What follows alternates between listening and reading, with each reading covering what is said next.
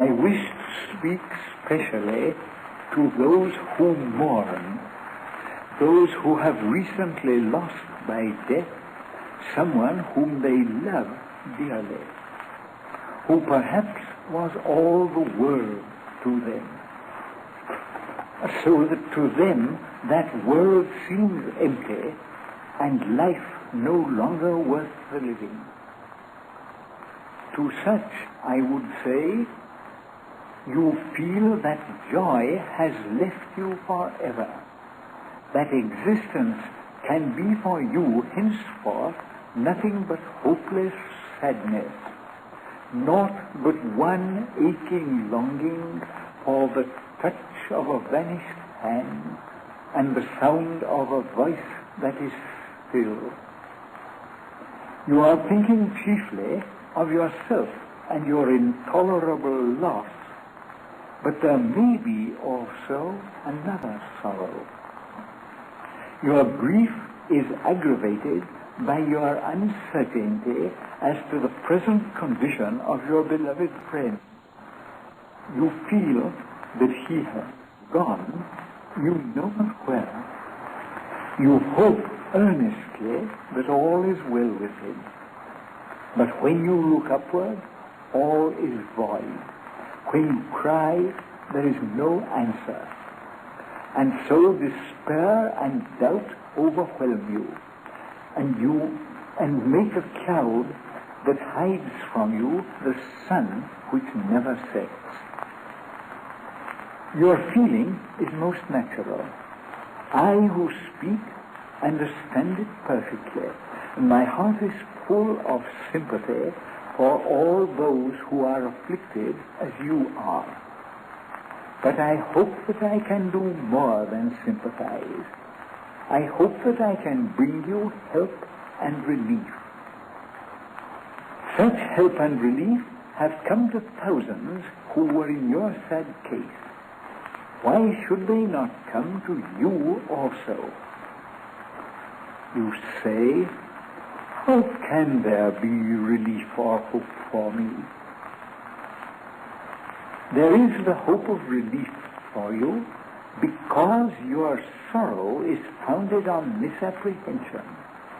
You are grieving for something which has not really happened. When you understand the facts, you will cease to grieve. You answer, my loss is a fact. How can you help me unless indeed you give me back my dead? I understand your feeling perfectly, yet I would ask your very earnest attention to what I am going to tell you. First, I want you clearly to understand that I am not offering you vague and speculative consolation. I am speaking to you of definite facts which I personally know to be true from many years of experience. Nor does it rest upon my testimony alone. There is a large literature on the subject which I recommend you to study, in which hundreds of cases are given, and testimony is piled upon testimony till you can no longer refuse to believe. Some of the evidence I have quoted in a book called The Other Side of Death, to which I would refer anyone who wishes to look more deeply into these matters. With all the strength of knowledge, I tell you that your loss is only an apparent fact, apparent from your point of view. I want to bring you to another viewpoint. Your suffering is the result of a great delusion, of ignorance of nature's law.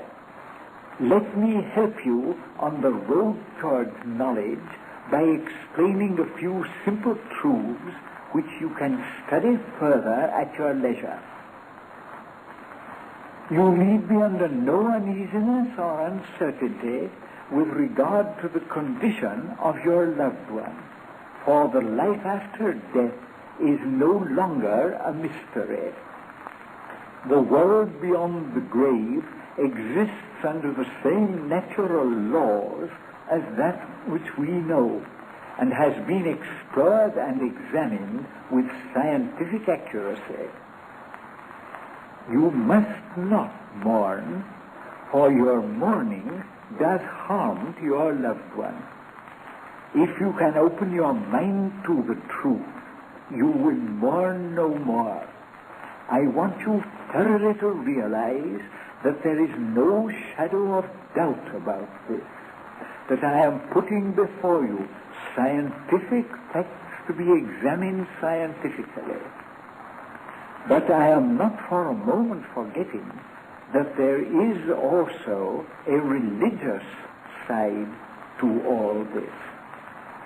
But the proper study of that will only strengthen the conviction which I have tried to impress on you, to show you that the attitude of mourning is a faithless attitude, an ignorant attitude. The more we know, the more we shall feel with utter certainty that we and our dead alike are in the hands of perfect power and perfect wisdom, directed by perfect love.